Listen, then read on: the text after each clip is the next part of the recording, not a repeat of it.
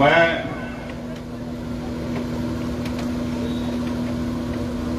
आप सबका बहुत बहुत धन्यवाद करता हूं।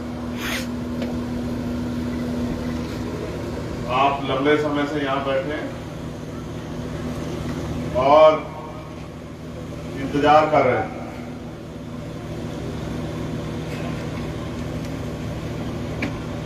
अभी मेरे पास संदेश आया कि हमारे आरएलपी के नेता वो मेरा स्वागत करना चाहते हैं।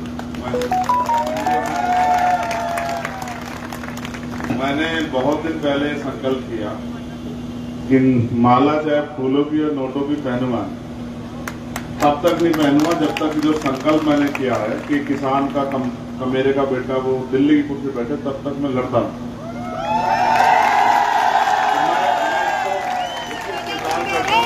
और मैं धन्यवाद देता हूँ आरएलपी के अपने सभी नेताओं को।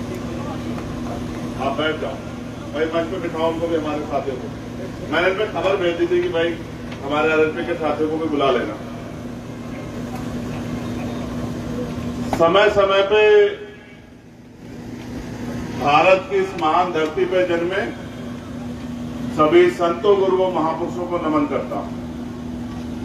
नमन इसलिए करता हूं क्योंकि हम उनके विचारों पर चल के ही आज यहां तक पहुंच पाए।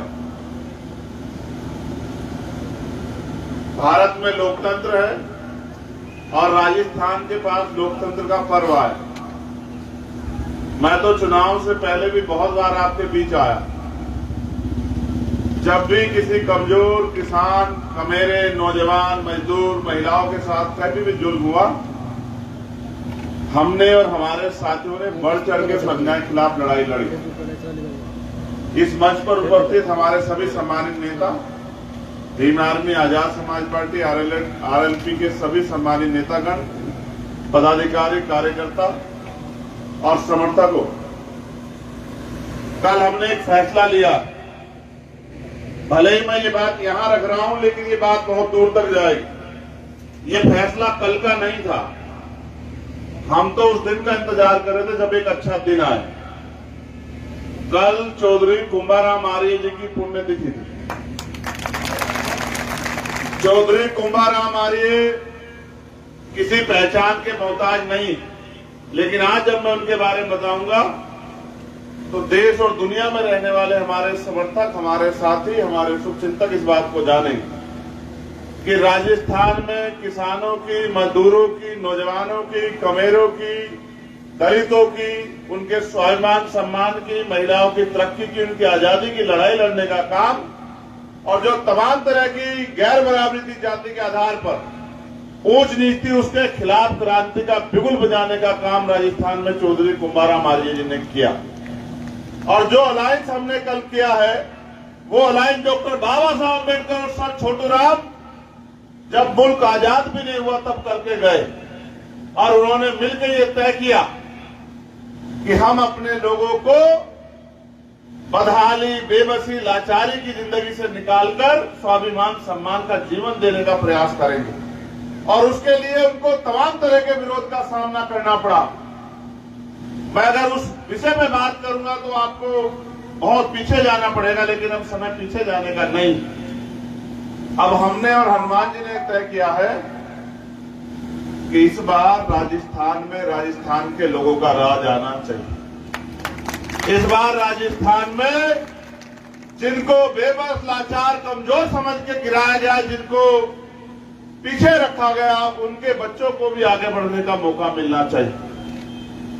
पिछले 5 साल में आपने देखा तमाम तरह की मुसीबतें, चाहे रोजगार मांगने पे नौजवानों ने उठाई हो, सीएचओ के बच्चे ने जो सीएचओ में भर्ती हुए थे, जब उनकी नौकरी छीन लेंगे उन्होंने उठाई हो, जो तृतीय श्रेणी के टीचर थे उन्होंने अपने ट्रांसफर के उसमें उठाई हो, या जो पेपर लीक यहां हुए, और जिस तरह से महिलाओं पे जुल्म, जातीय अन्याय, अत्याचार हुए, क्या तो यहां भीम आर्मी लड़ रही थी, आजाद समाज पार्टी लड़ रही थी, या कोई अगर और था तो ना वो कांग्रेस के लोग थे जिनकी सरकार थी, ना वो भारतीय जनता पार्टी के लोग थे जो विपक्ष था। अगर कोई था तो वो मेरा भाई, इस प्रदेश का होने वाला मुख्यमंत्री हनुमान बेनीवाल था, जिसने जी जान लगा के इस लड़ाई को आगे बढ़ाने का काम किया। सब लोग अपने लिए लड़ाई लड़ते हैं, लेकिन हमने सीखा है कि जब रास्ता एक है, मंजिल एक है, तो बंटवारा नहीं होना। और आज से बिगाड़ के अपना राज स्थापित किया, अब आपको आज से सुधार के अपना राज स्थापित करना है। अगर आपको पावर चाहिए तो आपको संघर्ष करना पड़ेगा।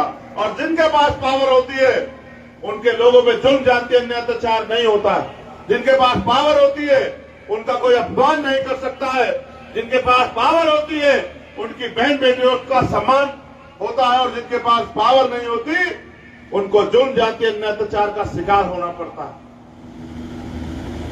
मैं तो देख रहा हूं कि किस तरह से बीजेपी कांग्रेस की आपसी जुगलबंदी के हिसाब से जो उनके प्रदेश के नेता हैं वो कभी कुर्सी उनके लिए कर देते हैं और कभी अपने लिए रख लेते हैं। उनकी इन कुर्सियों पे उनके लोग बैठे रहेंगे। तो मैं पूछना चाहता हूं यहां की महान जनता से, कभी आपने महसूस किया कि आपकी जो आने वाली नस्लें हैं वो राजस्थान में किस सम्मान, स्वाभिमान और हिस्सेदारी अधिकारों के साथ जीने वाली?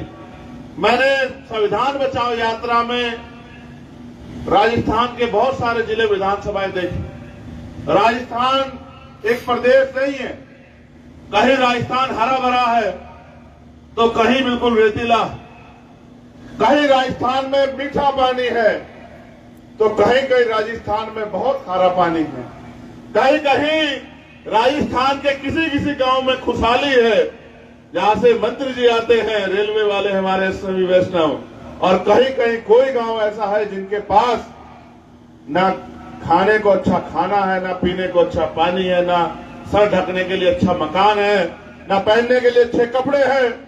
इस भारत का सपना, इस भारतीय समाज का सपना ना क्रांतिकारियों ने देखा, ना हमारे महापुरुषों ने देखा। आजादी से पहले जब संविधान नहीं था हमने तमाम तरह की मुसीबतें सही, क्योंकि राजतंत्र था।